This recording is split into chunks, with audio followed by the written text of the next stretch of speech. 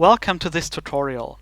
Today I'd like to show you how to integrate external libraries into VRL projects.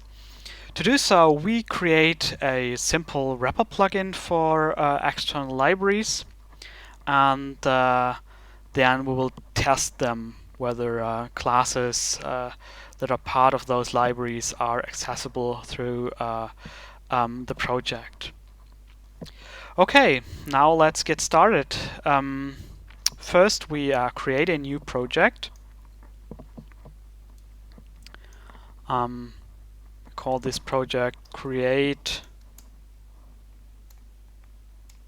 Plugin 01. Okay. And now we are going to add one component to this project. We do that by either right-clicking on the canvas and choosing Manage Components, or we do it by just hitting Control Space. And here you see this Manage Components window, and it gives us a tree view, and here we can choose from different categories, and we can add components to the canvas. In this case, we are looking for the library plugin creator. We just drag that to the canvas, and now we close the components window. Okay, all we have to do is to give the plugin a name. In our case, we will call it just sample plugin 01. Give it the version also 01. Then we can add some description like wrapper plugin.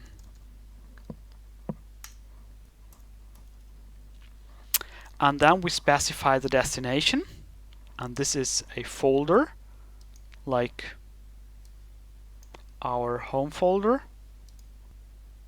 And the plugin file name consists of the name .jar. So the plugin name will be sample plugin 01.jar.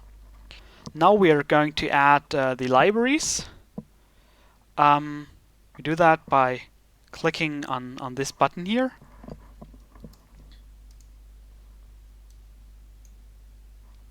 Now we can choose a jar file like plugin01.jar,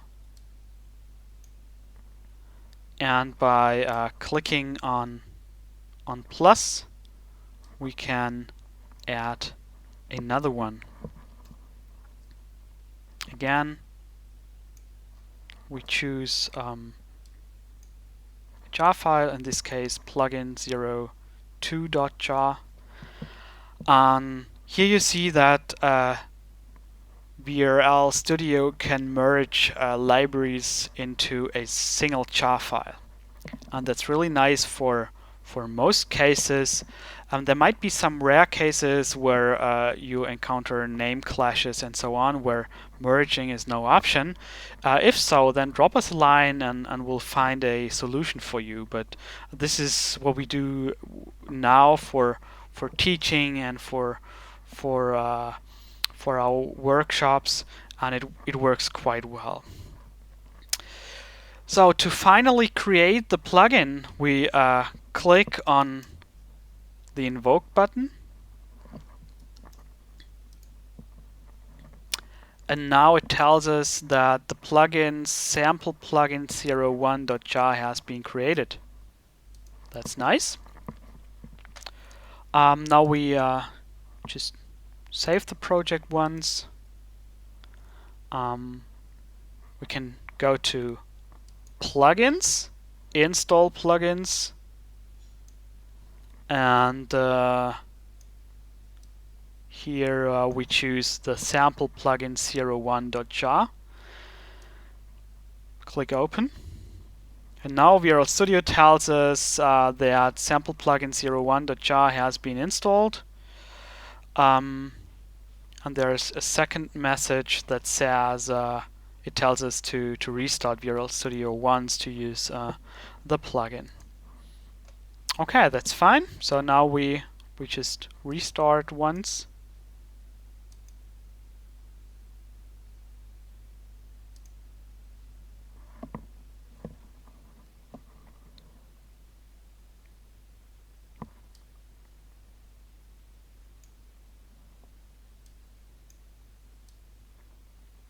And here we just choose create plugin 01 again.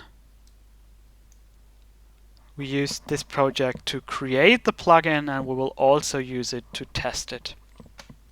So here we see that the plugin has been created. Just click on it and we'll get this nice dialog. You could enter all that information while creating the plugin, but we are not so much interested in that now, so we just leave it. Just one word, you could add custom help pages and so on. It's really nice and full-featured, but we won't cover that in that tutorial. So just click OK, and now we go to File again, and we tell the project that it should use the plugin that we have just created, and therefore we go to Select Plugins and select Sample Plugin 01. Okay. Just hit Save, and it reloads the project. It should be a very fast operation, just a few seconds. And now we can move this library plugin creator away by just double-clicking on the title bar. And now comes the interesting part. Does the project use the plugin? Therefore, we open the shell. You can just drag this up, and the log and the shell will appear. So the log is deactivated by default, but we want to open the shell anyway.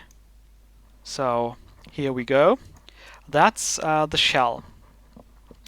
And now we create an instance of a class that we know is part of the library that we've just added to the project. Call it plugin class 1 equals new, and then we have to know the class path.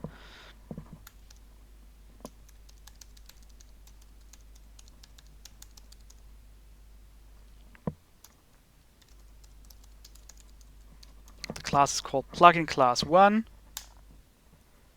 Okay, here we go.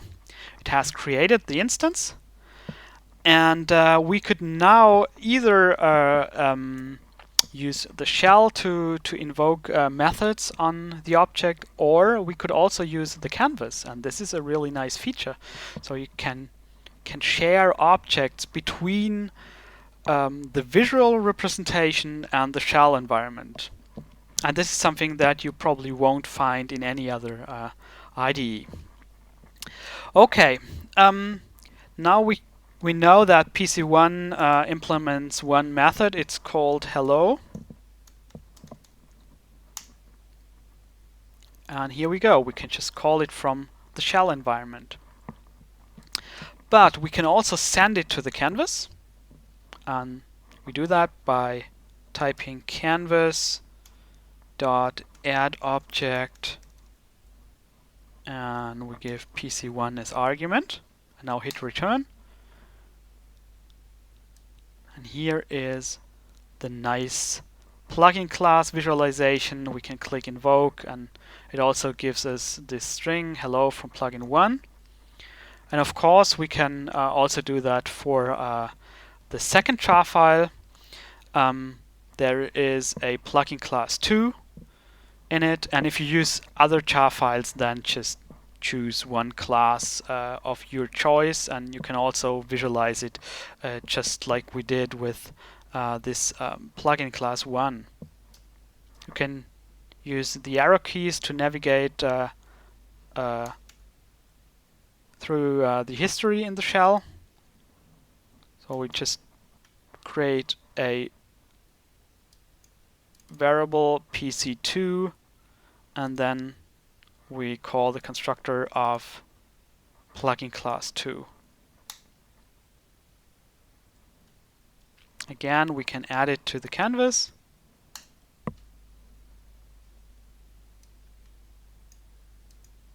Here we go. So we have seen you can add those components to the canvas, and if the classes are serializable, then they will be persistent. Also, the visualization will be persistent, so you can just hit save and then reload the project, and even those classes are reloaded here.